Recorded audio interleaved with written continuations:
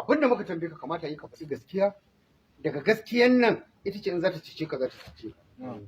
Amma in kan ne muka biyo hanyar da kake ganin za ka yi wayo, ba za ka yi hukuma wayo ba, wallahi a kulle za ka kwana, kuma sai mun ɗaure ka a kurkuku, kuma wallahi sai mun cire ka daga wannan abin da kake. Na kuma faɗa yanzu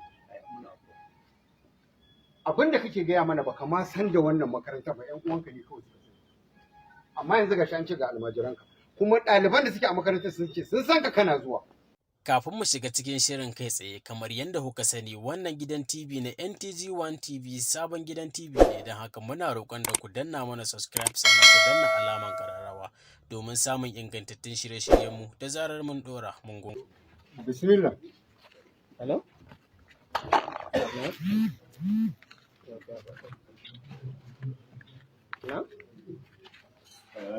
Hello? Ina da mai magana da kuke email a cikin ku akwai wanda ya san wannan? Na? Kun san shi? Yana zuwa nan? Amma dai yana shigowa lokacin. Yana shigowa. yana da ɗalibai a cikin To yana da ɗalibai a cikin. Ina ɗaliban?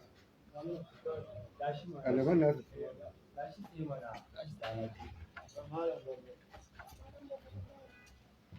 A ka shi tsaye da kuma gwamnati da ke.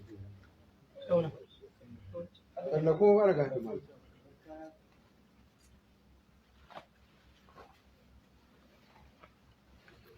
Ba kayan nan za su kowa da kayan sa zai tafi da kayan sa in Allah ya tsallaka.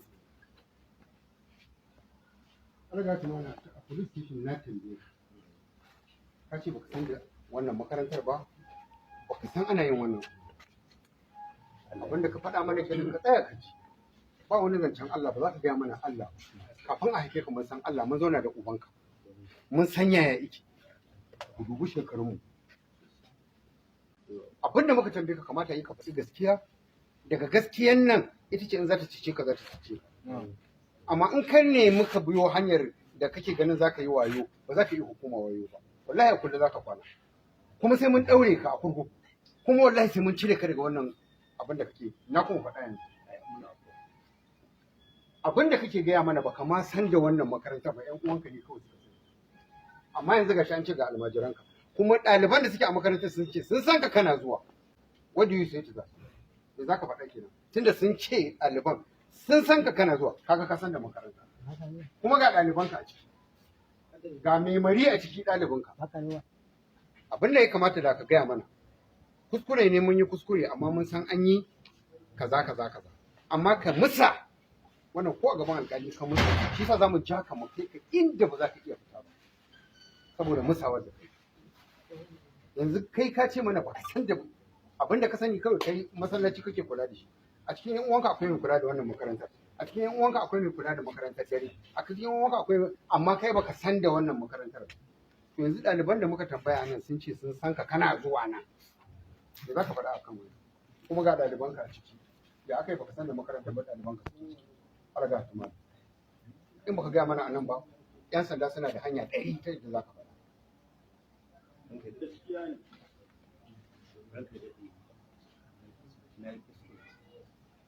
Kun gama da wannan magana, ina 'yan jarida.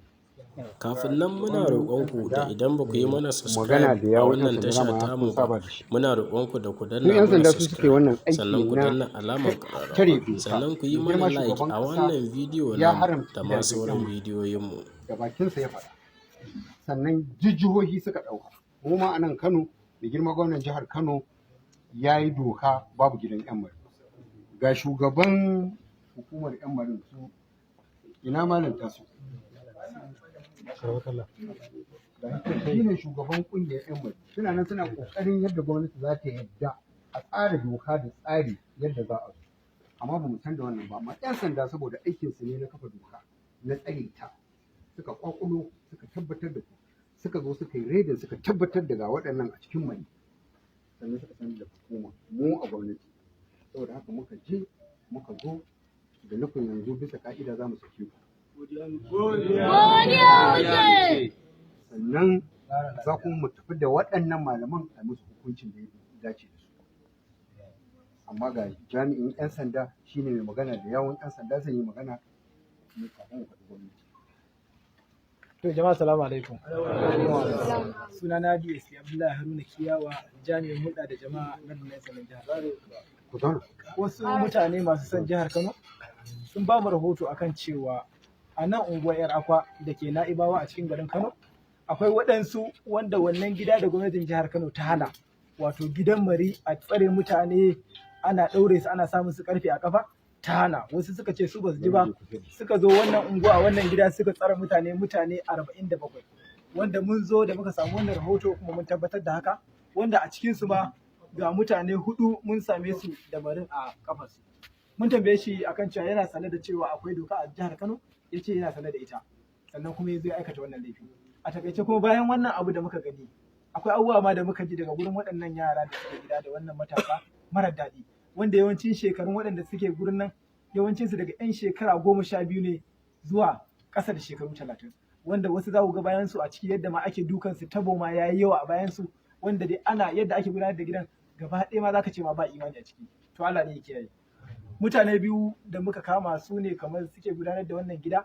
Yanzu haka kwamishinan 'yan sanda na wannan jiha CP Sama'ila Shaibu Dukku FSI ya ba da umarni da muka zo nan mu tattara su mu tafi da su hedikwatar 'yan sanda da ke Bamfai domin a fara da bincike. Da zarar mun kammala bincike za mu gurfanar da su a gaban kotu na wannan laifi da suka yi. Waɗansu daga ciki su dan taso wanda suke da tabannan ma dan al'umma su ku cire rigar ku juya baya irin dukan da ake musu da abubuwan da ake gani, ku juya masu tabo din nan da dama. Ga su nan kun ga wannan karamin yaro ne dan kimanin shekaru 12, wannan ma gashi nan tabon ne, ga wani nan ma tabo ne, ga wani har da sabon rauni ma a bayansa bai gama warkewa ba. To abubuwa dai marasa daɗi ga su nan. To wanda yanzu haka dai wannan abu da ku gani waɗannan yara gaba ɗaya ko in ce waɗannan matasa ga wato kwamishina da aka turo daga bangaren gwamnati za mu danka a hannunsu domin su yi abin da ya kamata. Muna amfani da wannan dama mu ji hankalin al'umma akan cewa babu yadda za a yi mu bar waɗansu su hana al'ummar jihar Kano zaman lafiya. Duk wanda ya ce fa ba za a zauna lafiya ba, to ko shakka babu ba za mu bar shi ya zauna lafiya ba. Haka zalika wannan doka ana sa ta ne saboda mu, saboda haka muna kira ga al'umma a kiyaye. In wani ma ya san yana da irin wannan aboye, to shawara a takaice yayi abin da ya kamata, wato dan mu zo kansa. Yanzu dai ga ku ga kwamishina na sun zai muku ƙarin bayani akan yadda za a yi da waɗannan matasa da suke wannan wuri da kuma sauran abubuwan da suka dace. Kamar yanzu yadda aka ji shi mai magana da yawun 'yan sanda a madadin shugaban 'yan sanda, kwamishinan 'yan sanda na wannan jiha za su miƙa waɗannan ɗalibai gaba ɗaya, za su gaya mana adadinsu, za mu karɓe su a gwamnatance, za mu je mu ajiye su, za mu tambayi inda iyayensu suke da inda za a kirawo masu iyayensu zo su karɓi kowa a danƙa shi a hannunsa. Su kuma waɗannan kamar yadda aka ji za a miƙa su ga hannun doka, za a je a faɗaɗa bincike, in an gama za a kai su ga kotu ta yanke musu hukuncin da ya dace.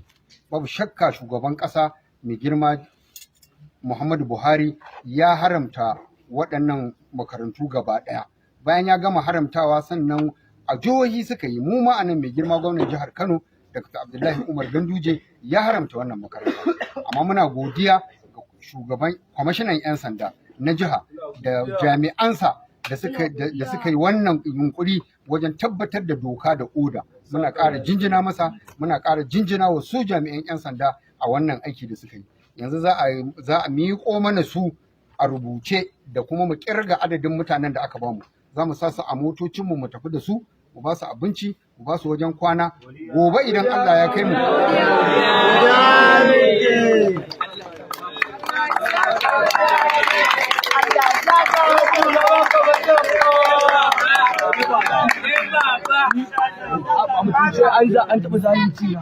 An taɓa zalunci na akan nan goya ina muke nan.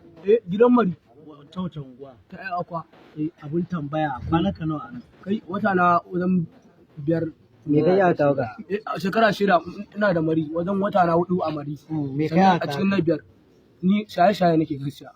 Wai a baya sanda aka ka to ta hanya aka amma da mari ya aka yi aka ya kai ta hanyar su ne, su suke sai an zo iya mu sun tambaye su sannan sai sa ka su. to nawa ake ba Ni ba abin da ake ba mu. nawa ake ba yanzu zubin ka nawa makaranta in za a kaka makari 200,000 ko 150 yanzu kai izin ka nawa kai izin ka nawa izuna wallahi izuna ɗaya. ai wasu na ga da duka a bai a bayan amma ka duka za ka tambaya duka ne wallahi yanzu kai duk zaman wallahi Allah shi yake sa ana mana hukunci shi malam wannan malam hukunci na ne na ba abin da kai zalunci a karma kallawa ba ƙarya yau sai a yi kiran sallah mu ci gaba da sai mu dora ko kashi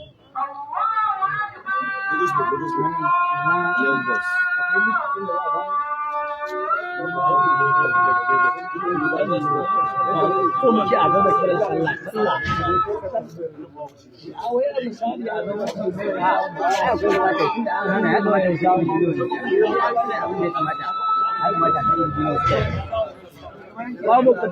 akai bakan lawo me zaka ce a matsayinka na shugaban su masu mari masu kallo na jin ka masu kallo na jin ka masu kallo na jin ka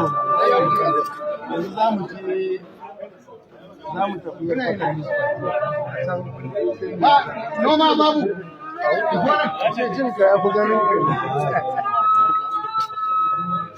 wani abin mamaki ba zuwa zuwa yanzu wannan ai ya kamata ku bari a yi ai watan ka nawa na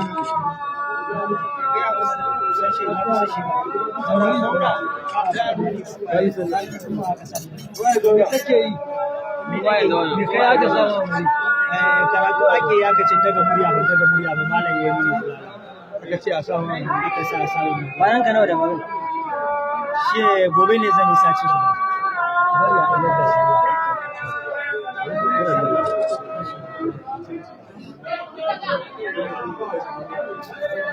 shi ɗan wannan ana aka ɗauke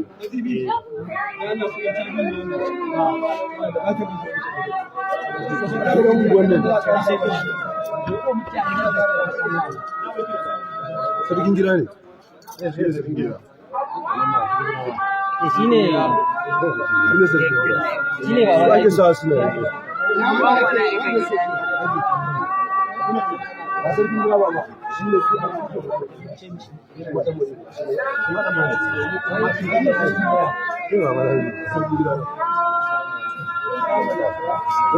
shi ne sarkin gida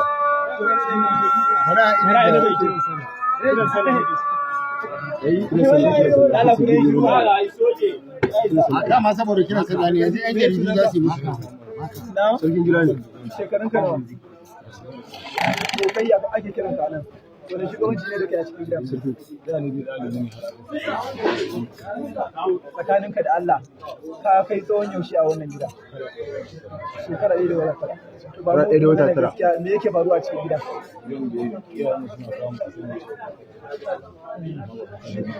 ba makaranta ba ne me ake a gidan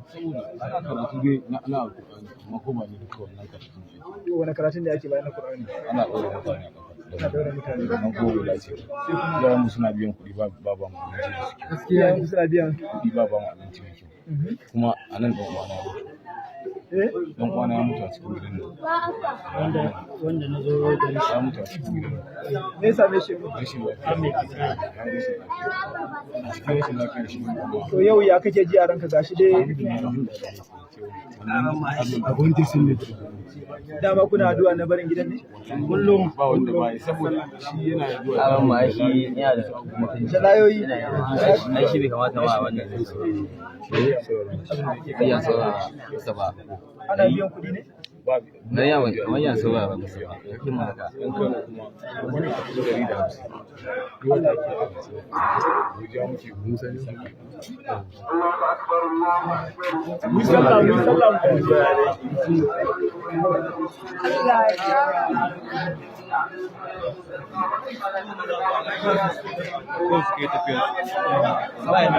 kai a kira banza wallahi nake gama ban san me na musu ba kawai suka jefa ni wai an zo rabon gado kawai sai na ji kawai wata ɗaya wata biyu wata uku wata uku har wajen wata 8 da wani abu yanzu haka.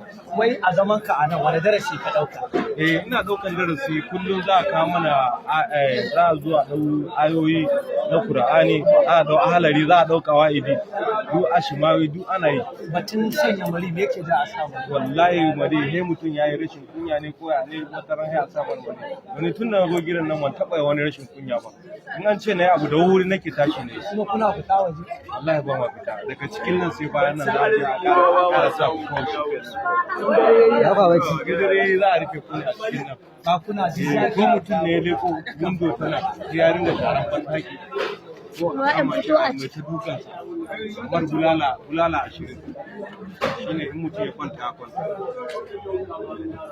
labari ne.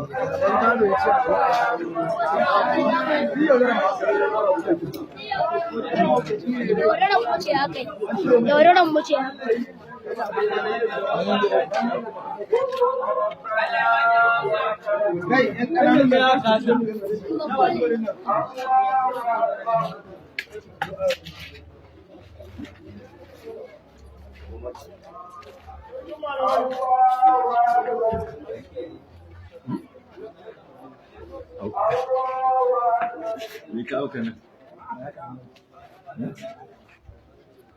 To masu kallo ga Malam Albukari Mika'il, amma dai ba mu ce ga gabatar da kanka ga masu kallon mu a daidai wannan lokaci da kuma me yake faruwa a nan, wataƙila da kai ƙarin bayani tun asali kana cikin masu bibiyar wannan al'amari.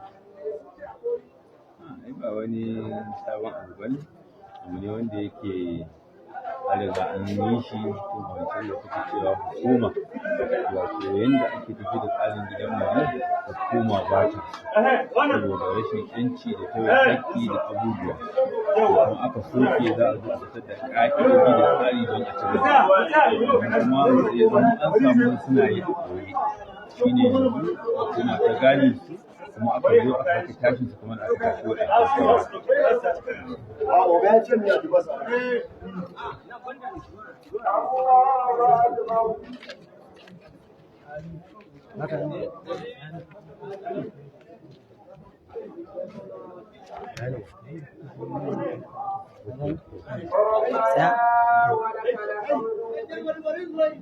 To, kamar da ke gani wannan da ita ce makarantar ɗalibai wanda a yi da daga wata haramta na yamari makaranta wannan kuma ta yi fa da ya fara da ɗalibai da ɗalibai wasu daga cikin su da bari a cikin har yanzu daga rundunar 'yan sanda da jami'an labarai ya zo ya yi kalma da manema labarai da kuma kwamishin a shi ma mana tare shi ma zo da yin kamar yadda kuke gani. kamar adadin mutum nawa ne wataƙila zan ce kamar yi wa masu kallo bayani. Akalla mutanen da aka samu sun kai mutum 47. Kar ku manta da ku danna mana subscribe sannan ku danna alamar ƙararrawa ku yi mana like sannan za ku iya yin comments da albarkacin bakin ku ko kuma tambaya. Mun gode.